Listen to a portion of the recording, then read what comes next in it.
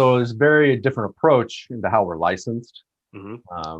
So that's part of it. But yeah, to get back to the question, the sweet spot would be owner-operated businesses under 10 million in revenue, because they kind of fit those boxes where they're going to be working with a broker instead of an investment banker most of the time, and it's going to be an asset sale versus selling off part of the company. Can you give the listeners a little bit more of a definition of what an asset sale is, just so they can, kind of grab that and maybe have like a example or two?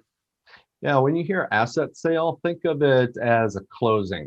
Kind of like when you sell a house, you got to have a closing, right? Hmm. When you sell a business, there's going to be a closing. And think of it as there's two types of closings in a way. There's one going to be an asset sale, one's going to be a stock sale. Okay. One, you're literally selling the assets of the company to someone else. Stock sale, you might be selling 40% of your company in the form of stocks to someone else. Okay. So that's kind of the simplest way to think about it. Yeah, assets being building, grounds, equipment, pretty much everything involved in running the business, right? Yeah, sometimes it won't even be the building. A lot of times the real estate's not involved. Most of the time it's the goodwill of the business. Okay. They're buying the future streams of cash flow, really. Sure. If you made $100,000 in profits last year and have done that really consistently, that's what they're really buying. They Right. don't Absolutely. necessarily care about the equipment or the fixtures that you've installed, but they really want those cash flows. Sure. That makes sense. Totally. Like I said, the language of the industry is very unique. So, Sure. people may want to go away from this podcast and actually do some looking up. One of the things we'll probably talk about here too is lifestyle businesses. How many business owners do you talk to that their business is what we would call a lifestyle business? I'd say most of them. Okay. And if I'm thinking of the same definition, like as a lifestyle business, we're thinking of a business that really supports someone's lifestyle, makes enough to maybe have a full-time income and then some. Right. But I also tend to think of lifestyle businesses as businesses that are still heavily reliant on the owner.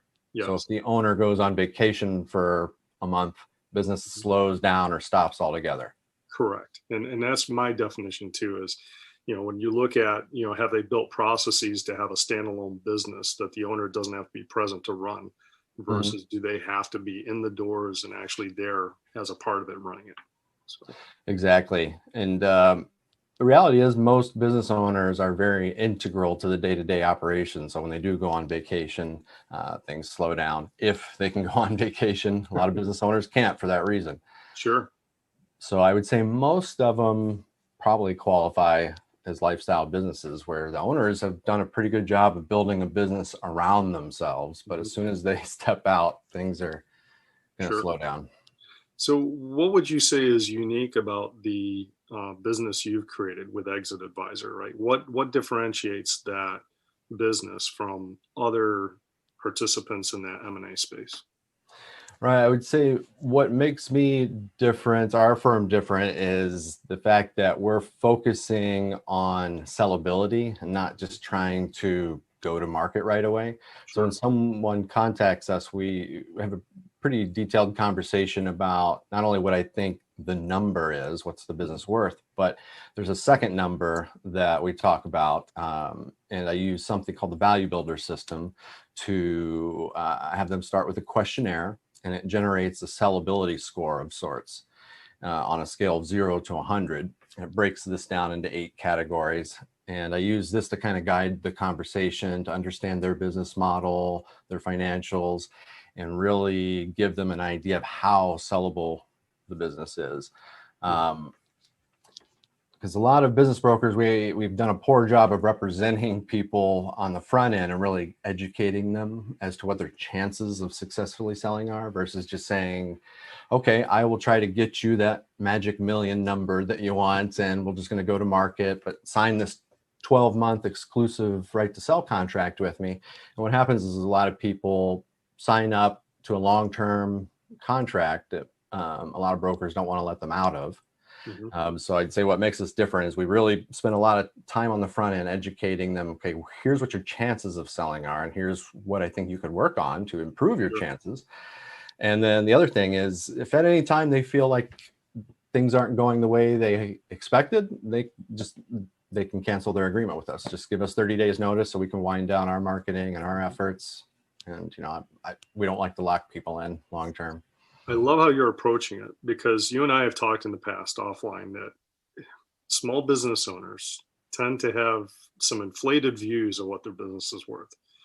So there's a big part of just getting in the selling mindset for an owner. So setting realistic expectations. And I love the way you're approaching it, right? You're using this platform, this value builder system where you do the interviews to help, the business owners start thinking about the questions, right? Without being infringed upon or insulted, because I think that's a key thing. Is a lot of brokers come in and say, hey, they're just very direct and say, no, this is not going to work, or this is. Your system allows them to kind of come to the realization of where they should really be on their own. Yeah, I think so. I don't want to be the one that's trying to be the expert at all the times. There's certain things I know, but no one knows the business better than the business owner. So I'd rather be in a position of asking the right questions to get them thinking about it. And every business has got some kind of hidden asset. So I think it's more about asking the right questions and getting them to really think about it in a different way, versus coming in and just telling them this is how it works and this is how it's going to be. And your business would be so much better if you did this. I don't really know that. I don't want to act like I do. If you want to recommend somebody to appear on the podcast as a guest, please email us at info@opsqc.com. If you're interested in sponsoring a podcast, please reach out to us at the same email. We'd love to have your support.